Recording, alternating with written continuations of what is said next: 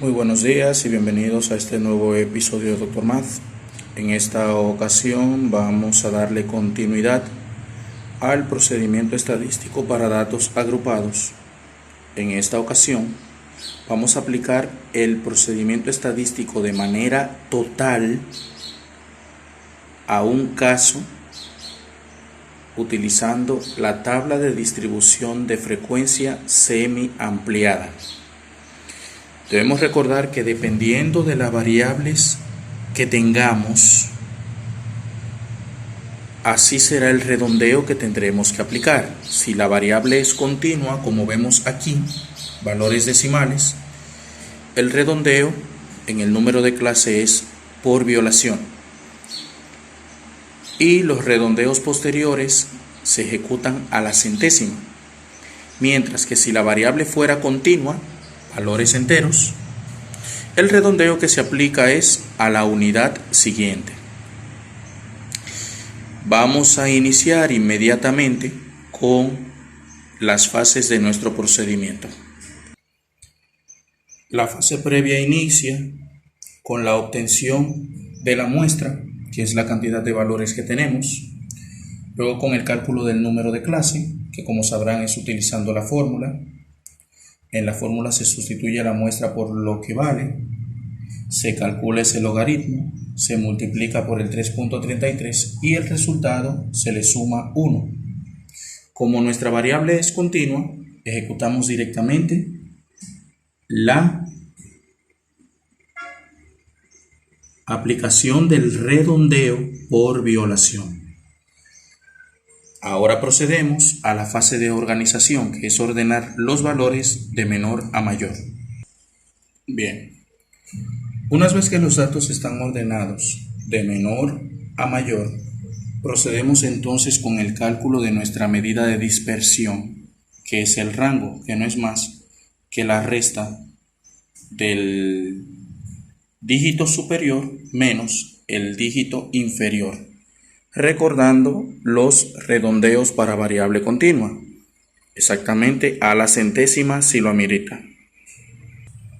Aquí tenemos el estimado, y ya para finalizar lo que es la fase previa, vamos a calcular entonces la amplitud, que es lo que se le suma a cada principio de clase que vamos a formar para obtener el final de esa clase que se va a formar. Límite inferior, límite superior. Como recordarán en apartados anteriores, para la amplitud, el número de clase que se toma es el original, el valor sin redondear o, en el caso que lo amerite, el valor redondeado a la centésima. Por eso es que en vez de tomar el 6, que fue el redondeo por violación, tomamos el 5.36, que fue el valor original de nuestro número de clase. Ese 6 significa que nuestra tabla de distribución va a tener 6 filas de trabajo. Y esa amplitud es lo que yo le voy a sumar en cada turno para formar cada una de las clases. Hasta aquí termina la fase previa. Ahora pasamos a la fase de construcción, donde lo primero que hacemos es dibujar la tabla con todos los componentes, especialmente los adicionales que introdujimos el día de hoy. Este es el diseño de la tabla. Como pueden observar, 6 filas para analizar, una fila titular y una fila de resultados. ¿Qué es lo que deben de saber?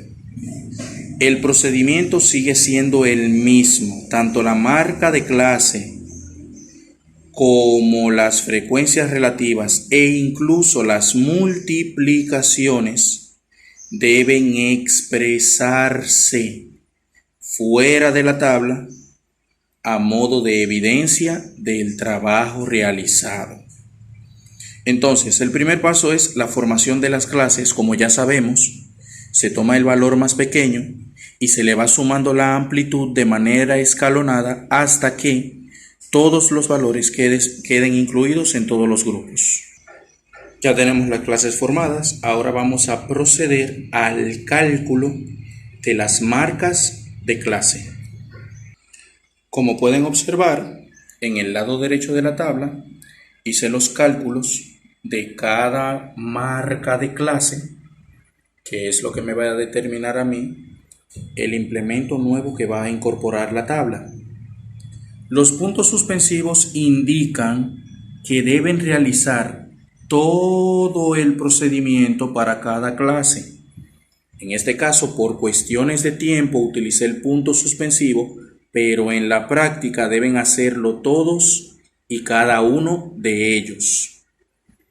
Procederemos ahora con lo que es la frecuencia absoluta de cada clase, que no es más que los valores que están incluidos entre el límite inferior de la clase y el valor anterior al límite superior. Eso significa que el valor final de mi conteo no puede ser ni igual ni mayor que el límite superior de mi clase. Y para eso vamos a tomar en cuenta los valores ordenados de menor a mayor. Continuamos una vez que terminamos con la frecuencia relativa, con la frecuencia absoluta, procedemos a multiplicar cada frecuencia con la marca de clase que calculamos previamente. Son multiplicaciones, por lo tanto yo debo multiplicar cada marca con su respectiva frecuencia. Para eso debo ejecutar exactamente el mismo proceso para cada clase. Aquí estamos con la ponderación absoluta o la frecuencia ponderada. Yo realizo mis multiplicaciones, todas, aunque vean su punto suspensivo, deben hacerlas todas. Y luego los resultados los voy colocando en la clase correspondiente, comprobando los resultados. Al final, la frecuencia ponderada, al igual que la frecuencia absoluta, se suman todos los valores para obtener un resultado.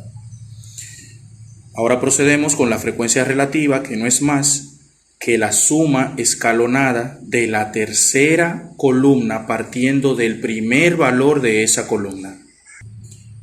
Si recuerdan el apartado anterior, al final mi frecuencia acumulada debe coincidir con la sumatoria de la frecuencia absoluta, que es exactamente igual a la muestra presente en nuestra investigación. Procedemos ahora al cálculo de la frecuencia relativa, que al igual que la marca de clase y la ponderación absoluta o frecuencia ponderada, deben realizarse fuera de la tabla a modo de evidencia. Pueden ver aquí tenemos cada frecuencia relativa, que no es más que cada frecuencia absoluta entre el total de esas frecuencias absolutas. Cuando hago el cálculo, lo voy colocando en la clase correspondiente en el mismo orden, recordando que es obligatorio expresar en la tabla de distribución de frecuencias semiampliada todas las frecuencias relativas en forma decimal, sin importar la variable que estemos trabajando. Y que al final esa sumatoria tiene que dar como resultado 1.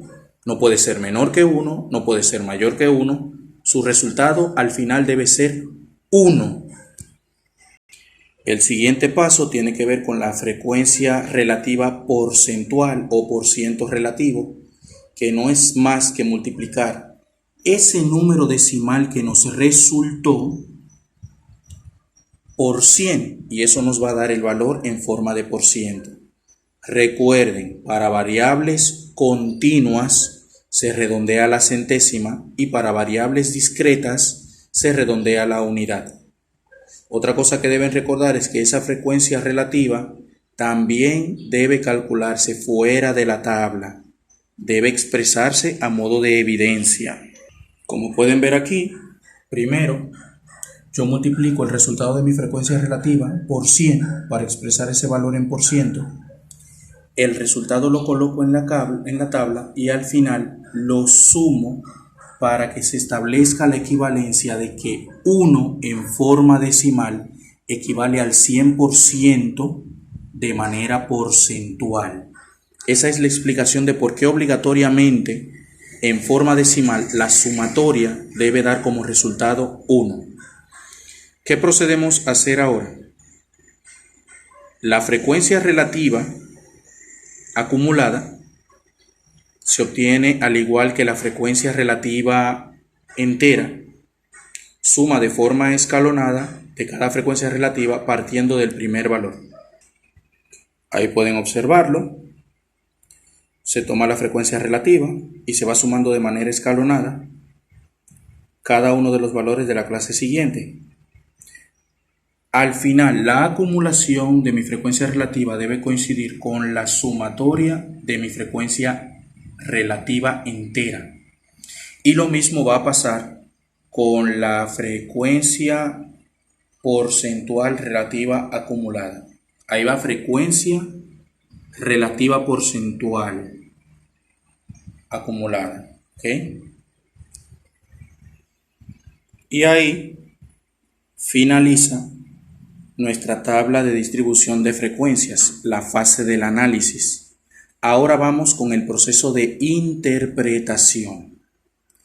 Para el proceso de interpretación se utilizan dos conclusiones.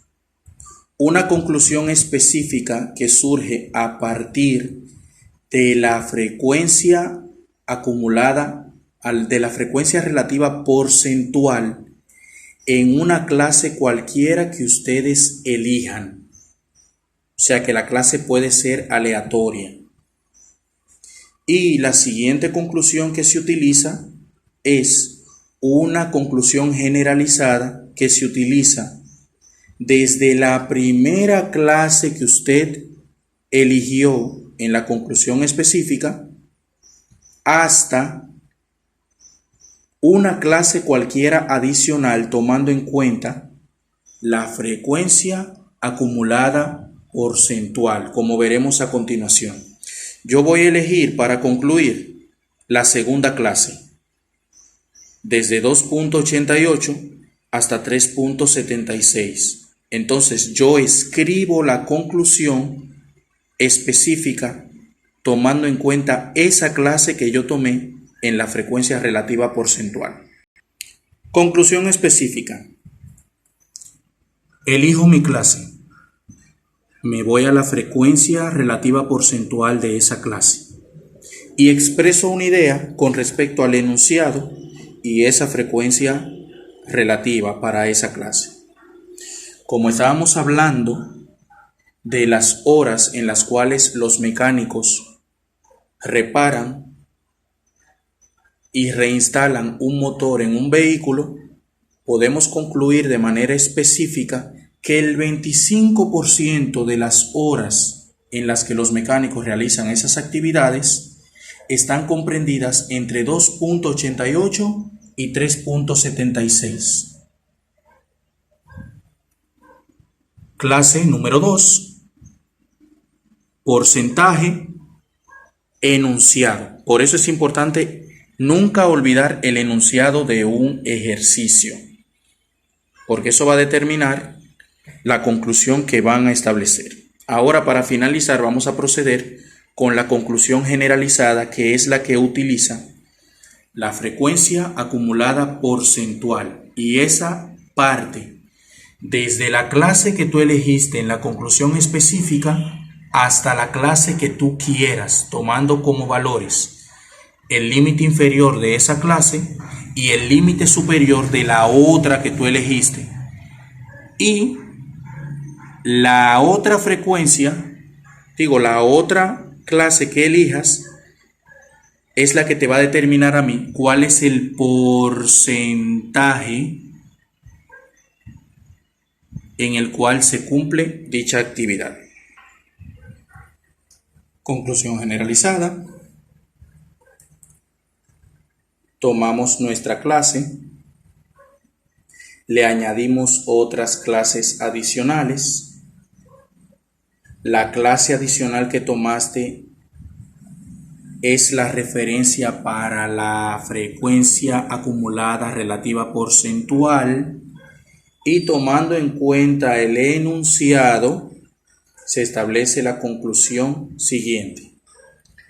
Partiendo del inicio, es decir, desde la primera clase, se concluye que el 80% de las horas trabajadas por los mecánicos se encuentra comprendida entre 2.88 horas y 5.52 horas inclusive.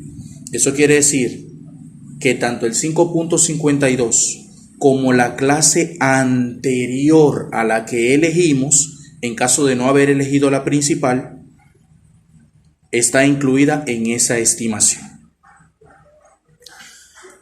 Retroalimentación.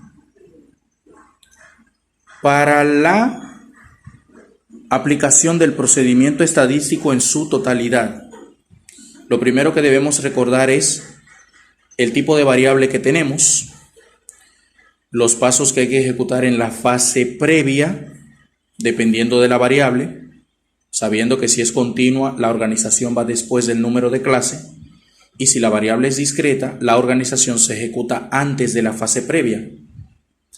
2. En la fase de construcción, la tabla debe contener todos sus componentes, incluyendo los nuevos componentes adquiridos recientemente.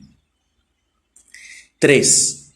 Marca de clase, frecuencia ponderada, frecuencia relativa y frecuencia porcentual deben ser calculadas fuera de la tabla como evidencia, y aunque vean puntos suspensivos, eso quiere decir que deben ejecutarse ese procedimiento para todos, pero por cuestiones de tiempo hemos resumido, pero en la práctica deben ejecutarlo todo. Siguiente, hay dos conclusiones en la interpretación. Una conclusión específica que tome en cuenta la frecuencia relativa porcentual y una conclusión generalizada que tome en cuenta la frecuencia relativa acumulada porcentual. Si se pueden fijar aquí hay un error, porque ahí lo que realmente va es frecuencia relativa acumulada porcentual. Y de esta manera concluye el procedimiento estadístico para datos agrupados hasta ahora. Más adelante les vamos a informar o les vamos a indicar cuáles de todos esos implementos de las tablas de distribución de frecuencia se pueden realizar de manera directa y cuál es la aplicación de cada uno de los implementos de las tablas de distribución de frecuencia para la fase 2 de interpretación. Si les ha gustado el video, denle like, no olviden suscribirse a mi canal para más videos, activen la campanita de notificaciones para que YouTube les informe cada vez que yo suba un nuevo video. Sin más que decir, hasta la próxima.